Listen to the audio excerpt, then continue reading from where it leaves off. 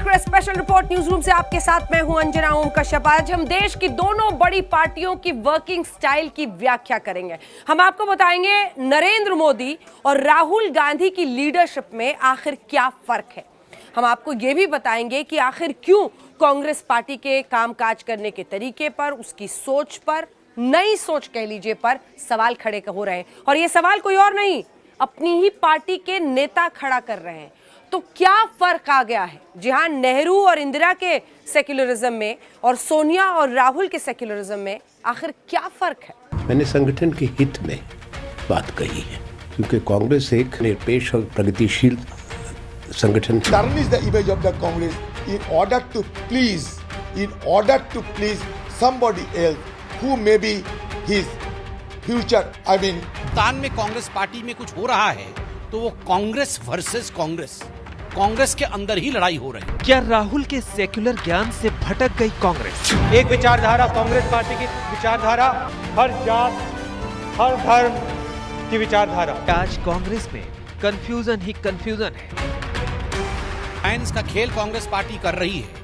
आज कांग्रेस पार्टी के अंदर भी उसको लेकर एक सुगबुगाहट है। चुनावी मौसम में कांग्रेस के अंदर हिंदू मुसलमान তোমাকে ভোট দিয়ে জিতিয়েছিলাম, উদ্দেশ্য হলো এটাই কোনো ঝড়ঝাপটা এলে তুমি ট্যাকেল করবে, আমাদের পক্ষ থেকে লোকসভায় চিল্লাবে। क्या मोदी विरोध में विचारधारा से भटक गई कांग्रेस?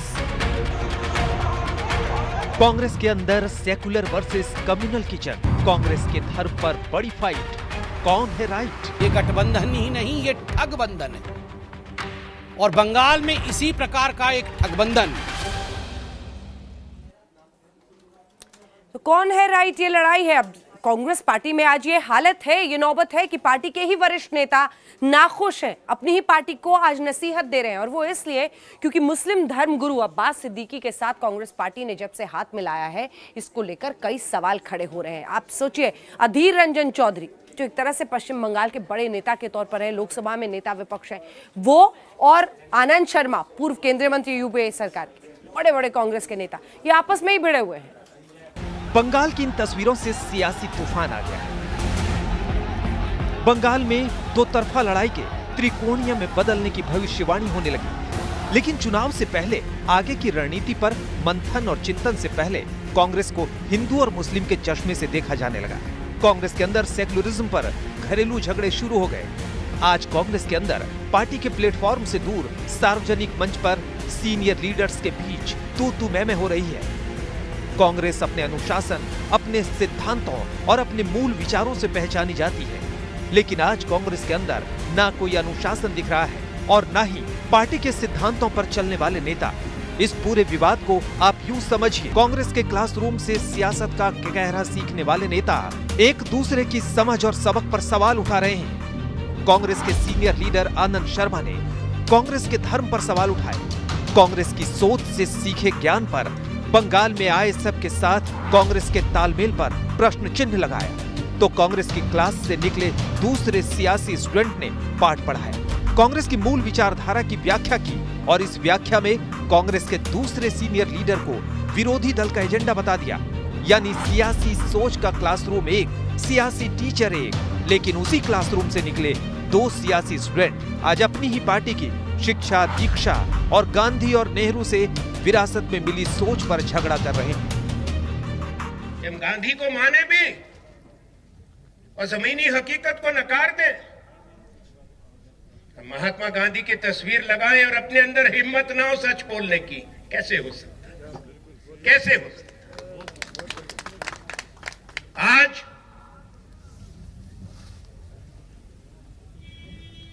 एक बार फिर हम देख रहे हैं वो हालात कि भारत को कांग्रेस की जरूरत है। ये हालत इसलिए भी बने हैं कि पिछले एक दशक में कांग्रेस कमजोर हुई है। सुबह की अध्यक्षता करते हैं, इसलिए हम बिना इजाजत अकेले अलग से अपने मनमानी से कोई काम नहीं करते। ये मनगढ़ंत सवाल के मनगढ़ंत जवाब तो मैं नहीं दे सकता। देश की ग्रैंड ओल्ड पार्टी के अंदर मची फाइट की इनसाइड स्टोरी बताएं, उससे पहले भारतीय जनता पार्टी ने इस सियासी मौके को कैसे लपका और कैसे परिभाषित किया, सुनिए। ये जो अलायंस का खेल कांग्रेस पार्टी कर रही है, आज कांग्रेस पार्टी के अंदर भी उसको लेकर एक सुगबुगाहट है। और आज तमाम टेलीविजन चैनल अगर कुछ दिखा रहे हैं और पूरे हिंदुस्तान में कांग्रेस पार्टी में कुछ हो रहा है, तो वो कांग्रेस वर्सेस कांग्रेस, कांग्रेस के अंदर ही लड़ाई हो रही है। Their own party people have asked, is this Mahatma Gandhi's secularism? जिस वक्त कांग्रेस को पूरी ताकत के साथ 5 राज्यों में होने वाले चुनाव के लिए एक साथ खड़े होना था, ठीक उसी वक्त पार्टी के बड़े नेताओं के मनभेद और मतभेद से पार्टी की किरकिरी हो रही है। मैंने संगठन के हित में बात कही है, क्योंकि कांग्रेस एक राष्ट्रीय संगठन है, धर्मनिरपेक्ष और प्रगतिशील संगठन है, जिसकी समावेशी सोच है। उसको उसी परिप्रेक्ष्य में लिया जाना चाहिए। आखिर इसके पीछे क्या है, हम आपको सरल भाषा में समझाते हैं। कांग्रेस की सोच और फिलॉसफी पर अब तक तुष्टीकरण का आरोप बीजेपी लगाती, लेकिन अब वैसी आवाज कांग्रेस के भीतर से आ रही। कांग्रेस के विचार के मूल में धर्मनिरपेक्षता का सिद्धांत रहा है, लेकिन गठबंधन नीति की वजह से पार्टी के सेकुलर ताने बाने पर कम्युनल सोच वाली पार्टियों के साथ खड़े होने से कांग्रेस पर सवाल उठ रहे हैं। बंगाल में चुनाव है और चुनाव में कांग्रेस मुस्लिम धर्मगुरु अब्बास सिद्दीकी की पार्टी इंडियन सेकुलर फ्रंट के साथ गठबंधन का हिस्सा है। वही मुस्लिम धर्मगुरु अब्बास सिद्दीकी जो शरिया कानून की वकालत करते हैं, जो महिलाओं के अधिकारों का विरोध करते हैं, जो मुस्लिमों की राजनीति करते हैं, ठीक ऐसी ही कांग्रेस ने असम में बदरुद्दीन अजमल की पार्टी AIUDF के साथ गठबंधन किया है, जिसकी पार्टी के ऊपर टेरर फंडिंग को लेकर NIA की जांच चल रही है, जिनकी पार्टी पर घुसपैठियों को बसाने के आरोप है। वहीं केरल में कांग्रेस उस मुस्लिम लीग के साथ है जिस पार्टी के ऊपर कम्युनल एजेंडे और कट्टरता के आरोप है। इन राज्यों में तो चुनाव है। वहीं महाराष्ट्र में कांग्रेस उस शिवसेना के साथ गठबंधन की सरकार चला रही है जिसे कम्युनल पार्टी मानती थी। क्या अब कांग्रेस भी सियासी फायदे के लिए अपने विचारों और सिद्धांतों से समझौता करने को तैयार है? क्या कांग्रेस भी अब अपने विचारों को लेकर सिलेक्टिव हो गई है, जैसा आनंद शर्मा ने ट्वीट पर कहा? ISF और ऐसे अन्य दलों के साथ कांग्रेस का गठबंधन पार्टी की मूल विचारधारा गांधीवाद और नेहरूवादी धर्मनिरपेक्षता के खिलाफ है, जो कांग्रेस पार्टी की आत्मा है। इन मुद्दों को कांग्रेस कार्य समिति पर चर्चा होनी चाहिए थी। सांप्रदायिकता के खिलाफ लड़ाई में कांग्रेस चयनात्मक नहीं हो सकती। हमें हर सांप्रदायिकता के हर रूप से लड़ना है। पश्चिम बंगाल प्रदेश कांग्रेस अध्यक्ष की उपस्थिति और समर्थन शर्मनाक है। उन्हें अपना पक्ष स्पष्ट करना चाहिए। अगर कांग्रेस की गठबंधन पॉलिसी की नई शर्तों को देखें तो कुछ बड़ी बातें सामने हैं। शर्त नंबर 1, बंगाल, असम और केरल में चुनाव जीतना। शर्त नंबर 2, बीजेपी को हराने के लिए सबसे दोस्ती। शर्त नंबर 3, नरेंद्र मोदी की जीत को हर कीमत पर रोकना। शर्त नंबर 4, अल्पसंख्यक वोट बैंक की गारंटी है जरूरी। शर्त नंबर 5, परंपरागत सोच से हटकर नए नए प्रयोग। अगर ऐसा नहीं है तो सोचिए, कांग्रेस पार्टी कभी इंडियन सेकुलर फ्रंट के चीफ अब्बास सिद्दीकी के साथ बंगाल में जाने की सोचती भी कैसे? आप अब्बास सिद्दीकी की राजनीतिक सोच समझने के लिए उन्हें सुनिए। আমরা তোমাকে ভোট দিয়ে জিতিয়েছিলাম, উদ্দেশ্য হলো এটাই কোনো ঝড়ঝাপটা এলে তুমি ট্যাকেল করবে, আমাদের পক্ষ থেকে লোকসভায় চিল্লাবে। আর তুমি কি করছিলে? ফিল্ম করছিলে? বিহায়া নির্লজ্জা। सुना आपने, यही है बंगाल के फायर ब्रांड नए लीडर जो टीएमसी को हराने के लिए कांग्रेस के साथ आए। ये उस कांग्रेस लेफ्ट गठबंधन के साथ लड़ने आए हैं जिसके नेता राहुल गांधी अपनी पार्टी की सोच की व्याख्या यूं करते हैं। हमारी सोच, कांग्रेस पार्टी की सोच हमें कहती है, हमें समझाती है कि ये देश सबका है, हर धर्म का है, हर जात का है, हर व्यक्ति का है। पार्टी के अंदर आवाज उठी तो बीजेपी भी एक्टिव हो गई। कांग्रेस का अब साफ कहना है कि अब्बास के साथ गठबंधन लेफ्ट ने किया है। ना तो कांग्रेस ने सीट दी है और ना ही गठबंधन किया है। लेकिन अब इन बातों का क्या? क्योंकि जिस मंच पर अब्बास खड़े थे उसी मंच पर कांग्रेस के नेता भी थे। मौसमी सिंह के साथ इंद्रजीत कुंडू, कोलकाता, आज तक। दरअसल कांग्रेस पार्टी और ये इंडियन सेक्युलर फ्रंट के गठजोड़ के फेविकॉल के पीछे 30% मुस्लिम वोट बैंक है। जी हां, ऐसा लगता है कांग्रेस पार्टी को कि इस गठजोड़ के जरिए वो अपनी जो पूरी इस बार की स्ट्रैटेजी है, रणनीति है बंगाल में, उसको आगे ले जाएंगे, वोट बैंक की पॉलिटिक्स करेंगे। लेकिन दूसरी तरफ योगी आदित्यनाथ पहुंचे हैं, वो भी अपनी पिच पर बैटिंग कर रहे हैं वहां पहुंचकर, लव जिहाद से लेकर दुर्गा पूजा। 33 मिनट के चुनावी भाषण में बीजेपी के फायर ब्रांड मुख्यमंत्री योगी आदित्यनाथ ने बंगाल में चुनाव की संपूर्ण लाइन समझा। इसे यूं समझिए कि मालदा की धरती से योगी ने ममता को क्लियर मैसेज आज दे दिया। हम आपके सामने योगी की चुनावी रैली का विश्लेषण करें, उससे पहले कुछ शब्दों से पूरी सियासत को समझिए। मालदा से योगी आदित्यनाथ ने बता दिया कि चुनाव जय श्री राम पर लड़ेंगे। पश्चिम बंगाल की जनता को लव जिहाद के बारे में बताएंगे। दुर्गा पूजा पर रोक लगाने वाली सरकार के खिलाफ चुनाव लड़ेंगे। हिंसा की राजनीति से बंगाल को मुक्त करवाएंगे। रोहिंग्या और बांग्लादेशी घुसपैठियों को बंगाल से निकालेंगे। बांग्लादेश से आए दलित हिंदुओं को CAA से नागरिकता दिलाएंगे। गो तस्करी करने वाले तस्करों के पाप का हिसाब करेंगे। यानी योगी ने आज बंगाल की धरती से ममता और जनता दोनों को अपनी नीति और नियत के बारे में बता दी। पिछली बार मालदा में योगी की रैली को इजाजत नहीं मिली थी, लेकिन इस बार मालदा पहुंचते ही योगी ने अपने अंदाज में बैटिंग शुरू कर दी।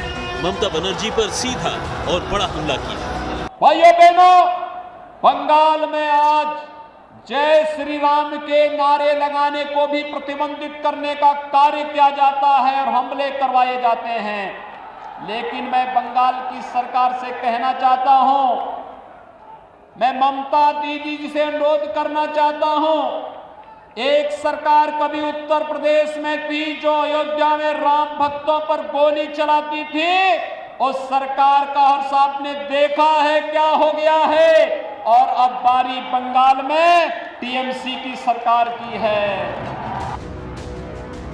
बंगाल में 30% मुस्लिम वोटर हैं, जबकि 70% हिंदू वोटर हैं। लेकिन जिस मालदा में योगी आदित्यनाथ को बीजेपी ने भेजा, उसी मालदा में वोटरों का गणित समझिए। मालदा में 51% आबादी मुस्लिमों की है, जबकि हिंदुओं की आबादी सिर्फ 48% है। ऐसे में योगी ने दुर्गा पूजा और मुहर्रम के त्योहार पर अलग अलग नीति को लेकर ममता बनर्जी सरकार को घेरा। इस बंगाल ने आदि शक्ति मां भगवती दुर्गा के अनुष्ठान का श्री गणेश करके पूरे देश के अंदर शक्ति का एक नया संचार किया था। आज उस बंगाल के अंदर दुर्गा पूजा पे प्रतिबंध लगाया जाता है।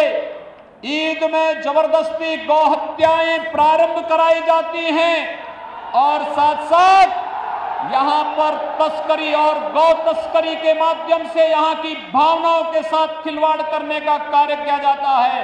यहां की सरकार मौन बनी रहती है। भारत माता की, भारत माता की। मालदा में योगी के एक एक शब्दों के बड़े सियासी मायने हैं, क्योंकि यहाँ बीजेपी बड़ा सियासी प्रयोग कर रही है। ऐसा क्यों? कुछ पॉइंट में समझिए। नंबर 1, 51% मुस्लिम मतदाता। नंबर 2, बिहार झारखंड से सटा हुआ। नंबर 3, बांग्लादेश से घुसपैठ बड़ा मुद्दा। नंबर 4, लव जिहाद से ध्रुवीकरण। नंबर 5, हिंदू वोटरों को एकजुट करने की कोशिश। मित्रों, बंगाल के अंदर छल छद्म और धोखे से यहां पर लव जिहाद की घटनाओं को भी अंजाम दिया जा रहा है। हम लोगों ने यूपी के अंदर कानून बना दिया, लेकिन बंगाल के अंदर क्योंकि तुष्टीकरण की राजनीति है, न वह गौ तस्करी को यहां की सरकार रोक पा रही है और न ही लव जिहाद की उन घातक गतिविधियों को जिसका दुष्परिणाम आने वाले समय में बड़ा खतरनाक होने जा रहा है, वह यहां की सरकार इसको रोकने में पूरी तरह विफल है। भारतीय जनता पार्टी इलाकों के हिसाब से अपने स्टार प्रचारक नेताओं को भेज रही है। मालदा में बीजेपी का प्लान सटीक बैठा तो उलटफेर हो सकता है। 2016 के विधानसभा चुनाव में मालदा में टीएमसी का सूपड़ा साफ हो गया था। मालदा में 12 विधानसभाओं में से 8 सीटें कांग्रेस ने जीती थी, जबकि सीपीएम को 2, बीजेपी और निर्दलीय को 1-1 सीट मिली थी। बंगाल की धरती को हम अराजकता की धरती नहीं बनने देंगे। आप निश्चिंत रहिए, भारतीय जनता केवल अब ये 1 महीने का मात्र समय है। 1 महीने के अंदर एक परिवर्तन जमीन पर उतरता हुआ दिखाई देगा। ये आपका एक जमावड़ा इस बात को प्रदर्शित करता है। तब टीएमसी के नाम पर जो लोग गुंडागर्दी कर रहे हैं, आप देखते होंगे उत्तर प्रदेश के अंदर जो लोग पहले गुंडागर्दी करते थे, आज वे लोग अपने गलियों में अपने गले में तख्ती बांध करके चलते हैं कि रहम कर दो। 2019 में मालदा नॉर्थ लोकसभा सीट जीतने के बाद से बीजेपी के हौसले बुलंद हैं। मालदा में योगी आदित्यनाथ की चुनावी रैली से बीजेपी को बड़ी उम्मीदें हैं। लोकसभा चुनाव में भी योगी की बंगाल में रैलियां हुई थी और इस बार भी योगी फुल एक्शन में हैं। यूपी में चुनाव से पहले बंगाल में अपनी पार्टी का बेड़ा पार लगाने के लिए मेहनत कर रहे हैं। अनुपम मिश्र, मालदा, आज तक।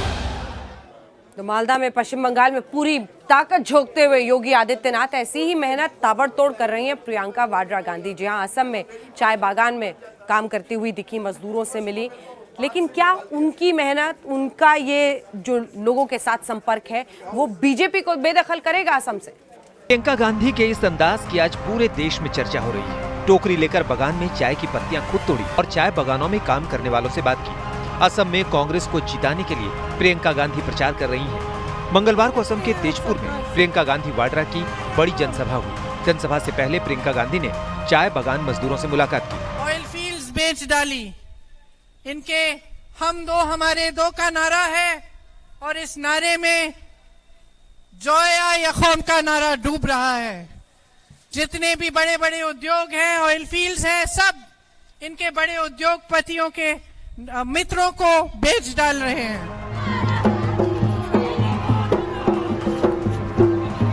असम चुनाव कांग्रेस के लिए अहम है। 5 पार्टियों का महागठबंधन कांग्रेस की अगुवाई में बना है। आप असम की सियासी गणित समझिए। 126 सीटों पर 3 चरणों में चुनाव होगा। 27 मार्च, 1 और 4 अप्रैल को वोटिंग। अभी बीजेपी के सर्बानंद सोनोवाल सीएम हैं। कांग्रेस 122 सीटों पर लड़ी थी, लेकिन 26 जीती थी। कल कामाख्या देवी गई, क्या आशीर्वाद मांगा आपने असम के लिए वहाँ पे? असम की खुशहाली के लिए, यहाँ की जनता की खुशहाली के लिए, उनकी खुशियों के लिए। आज आप असम में आज चाय बागान में जो कर्मचारी थे उनसे मिलके आए। प्रधानमंत्री जब आए वो कह रहे थे कि जो चाय है असम की वो खतरे में। क्या आपको लगा आज वहाँ पे जब बात की आपने? किसी एक जने के ट्वीट करने से असम की चाय खतरे में नहीं होगी। असम के अस्तित्व पर जो वार भाजपा और आरएसएस ने किया है, उसके अस्तित्व पर खतरा वही है।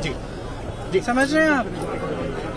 कल आपने स्पेशल रिपोर्ट में न्यूज़ रूम से फिर आपका स्वागत है। आपके साथ मैं हूं अंजना ओम कश्यप। उत्तर प्रदेश के हाथरस में एक बार फिर दिल दहला देने वाली घटना हुई है, जहां अपराधियों ने एक पिता को दिन दहाड़े गोलियों से भून डाला और उसका कसूर सिर्फ ये था कि अपनी बेटी के लिए यौन उत्पीड़न के खिलाफ न्याय की लड़ाई में वो उस जंग को लड़ रहा था। अब बेटी चीख चीख कर न्याय की मांग कर रही है। सुनो सरकार, एक बेटी की गुहार। बेटी के कंधे पर यहाँ एक पिता की अर्थी ही नहीं जा रही है। इस अर्थी के साथ उत्तर प्रदेश की कानून व्यवस्था का जनाजा भी। उत्तर प्रदेश में अपराधियों के हौसले कितने बुलंद हैं, अपराधी किस तरह बेखौफ हैं और उनके सामने कानून कितना लाचार। इसकी जीती जागती मिसाल है इस घर से निकली ये अर्थी। इंसाफ दे दो प्लीज, मुझे इंसाफ दे दो। गांव के लोग थे। हाथरस में एक बार फिर कानून के हाथ छोटे पड़ गए। अपराधियों ने एक पिता को सिर्फ इस नाते गोलियों से भून डाला क्योंकि वो अपनी बेटी के लिए इंसाफ की लड़ाई लड़ रहा था। सुनिए इस बेटी के दर्द भरी चीखों। इंसाफ दे दो प्लीज, मुझे इंसाफ दे दो। गांव के लोग थे। पहले उसने मेरे साथ छेड़खानी किया, मेरे पापा ने केस कर दिया और उसने चिढ़ के मेरे पापा को गोली मारी। बेटी की इन चीखों को सुनकर आसमान का कलेजा फट जाए, पहाड़ भी दरक जाए और धरती भी एक बार की सिहर जाए। इन चीखों को सुनकर भला कौन ऐसा पत्थर दिल होगा जिसका कलेजा दहल नहीं जाएगा। सुनिए हाकिम साहब, सुनिए सरकार, ये बेटी लगा रही है इंसाफ की गुहार। इंसाफ दे दो प्लीज, मुझे इंसाफ दे दो। गांव के लोग थे? चाहिए। पहले उसने मेरे साथ छेड़खानी किया, मेरे पापा ने केस कर दिया और उसने चिढ़ के मेरे पापा को गोली मारी। हाथरस की इस बेटी के साथ 2.5 साल पहले छेड़छाड़ की घटना हुई थी। लड़की किसी तरह गुंडे के चंगुल से छूटी थी। उसके बाद से उसके पिता ही सहारा थे। पिता के दम पर ही वो अपने वजूद की लड़ाई में अडिग खड़ी थी। लाख दबाव के बावजूद उसने छेड़छाड़ का मुकदमा वापस नहीं लिया था, लेकिन अपराधियों ने इस लड़की से पिता का साया ही छीन लिया। हाथरस की इस बेटी की इन चीखों से शासन प्रशासन की नींद खुल गई। गांव में आला अधिकारियों समेत पुलिस फोर्स का जमावड़ा हो गया। सब लकीर पीटने में लग गए। बंगाल में चुनाव प्रचार पर निकले यूपी के मुखिया योगी आदित्यनाथ ने भी अपराधियों पर एनएसए लगाने की हिदायत दे दी। लेकिन सवाल ये है कि क्या हाथरस की इस बेटी को मिलेगा इंसाफ? राजेश सिंघल के साथ अरविंद ओझा, हाथरस, आज तक। और हाथरस की वो बेटी जो न्याय की ये लड़ाई लड़ रही है, वो खुद इस वक्त आज तक पर हमारे साथ जुड़ रही हैं। बहुत मुश्किल वक्त आपके लिए, आपके परिवार के लिए, आपकी माँ के लिए, लेकिन मेरा यही सवाल होगा, क्योंकि आपकी पूरी कहानी हमने अपने दर्शकों को सुना दी है, हमने बताया है क्या कुछ हुआ है आपके साथ, क्या है आपकी गुहार, न्याय की जो ये लड़ाई आप लड़ रही हैं, इंसाफ की आपकी मांग, सीधा बोलिए, पूरा देश सुन रहा है। मैं बस यही कहूँगी, अगर आज मुझे न्याय नहीं मिला, अगर आज उसकी मौत नहीं हुई, तो कोई भी बेटी अपने लिए स्टैंड नहीं लेगी, कोई भी बेटी स्टैंड नहीं लेगी अपने लिए। वो हमेशा डरती रहेगी। प्लीज़ मुझे न्याय दिलवाओ। जैसे उसने मेरे पापा को मारा है, मेरे पापा को उसने गोलियों से झेलनी किया है, वैसे ही मुझे वो चाहिए, मुझे उसकी मौत चाहिए, बस मुझे उसकी मौत चाहिए। प्लीज़ मेरी बस यही रिक्वेस्ट है, प्लीज़ मेरी यही रिक्वेस्ट है, प्लीज़ मुझे न्याय दो प्लीज़। मेरे पापा को बहुत बुरी तरीके से मारा है उसने, बहुत बेरहमी से मारा है। और किसी बेटी को ये ना झेलना पड़े, आपको अपनी आंखों के सामने सब कुछ देखना पड़ा। मेरी आंखों के सामने सब कुछ हुआ, मेरी आंखों के सामने मेरे पापा चले गए, मेरी मम्मी, मैं और मम्मी, और कोई नहीं है। बड़ी बहन की शादी हो गई, कोई भाई भी नहीं है। प्लीज मैम, मेरे पापा ही थे सब कुछ मेरे पापा थे। कुछ भी नहीं रहा मेरा मैम, कुछ भी नहीं रहा। प्लीज मुझे इंसाफ दिलवा दो बस, प्लीज। मुझे उसकी मौत चाहिए, वरना मेरे पापा को शांति नहीं मिलेगी ना, मुझे कभी शांति। मैं मर जाऊंगी, अगर वो जिंदा रहा तो मैं मर जाऊंगी। और उनकी लड़ाई भी तो आप ही के लिए थी, आपके सम्मान के लिए थे। 2018 का ये मामला था जिसमें सेक्सुअल असॉल्ट, यौन उत्पीड़न का केस उस पर था, और वो लगातार आप लोगों पर दबाव बना रहा था ये शख्स कि केस वापस लो। आता था गाड़ी से गांव में और हमारे खेतों पे गाड़ी खड़ी करता था और ऐसे ही दिखाता था, जैसे डराता धमकाता था, बट उसने कोई फायरिंग वायरिंग कुछ नहीं करता था ना कुछ भी। आज कल उसने किया है जो भी किया है, उसने पूरी प्लानिंग के साथ मारा है मेरे पापा को, पूरी साजिश के साथ मारा है मेरे पापा को। उसने पूरी प्लानिंग की है तब से लेके अब तक, तब मेरे पापा को उसने मारा है। न्याय की इस लड़ाई में हम सब आपके साथ शामिल हैं। रोना ऐसे व्यक्ति को नहीं पड़ना चाहिए जिसने अपने साथ हुए गलत पर पैर खड़े होकर, अपने आप को खड़े होकर केस किया। रोना ऐसे व्यक्ति को चाहिए जो अपराधी है। पूरा देश आपको सुन रहा है, जो आप बोलेंगी वो हर किसी के कान तक पहुंचे, इस देश की सियासतदानों के, सूबे की सरकार, देश की सरकार के कानों तक। प्लीज योगी जी, मोदी जी, प्लीज, मैं किसान बाप की बेटी हूँ, मेरा ज्यादा कुछ नहीं है, प्लीज मुझे बस इतना न्याय दिलवा दो, उसको मौत के घाट उतार दो बस, मुझे कुछ नहीं चाहिए प्लीज। जैसे उसने मेरे पापा को तड़पा के मारा है, मुझे वैसे ही वो चाहिए, तड़पा हुआ, मुझे वैसे ही चाहिए प्लीज, मुझे कुछ और नहीं चाहिए प्लीज, बस मेरे उसे मौत चाहिए बस उसकी, और कुछ भी नहीं चाहिए। बहुत कुछ भी नहीं रहा हमारे पास, सब कुछ खत्म हो गया, सब मेरे पापा ही थे सब कुछ, बस अब कुछ भी नहीं है। मुझे उसकी मौत चाहिए बस, मुझे उसकी मौत चाहिए। प्लीज प्लीज मेरा प्लीज इंसाफ करो मेरे लिए, मेरे पापा के लिए प्लीज।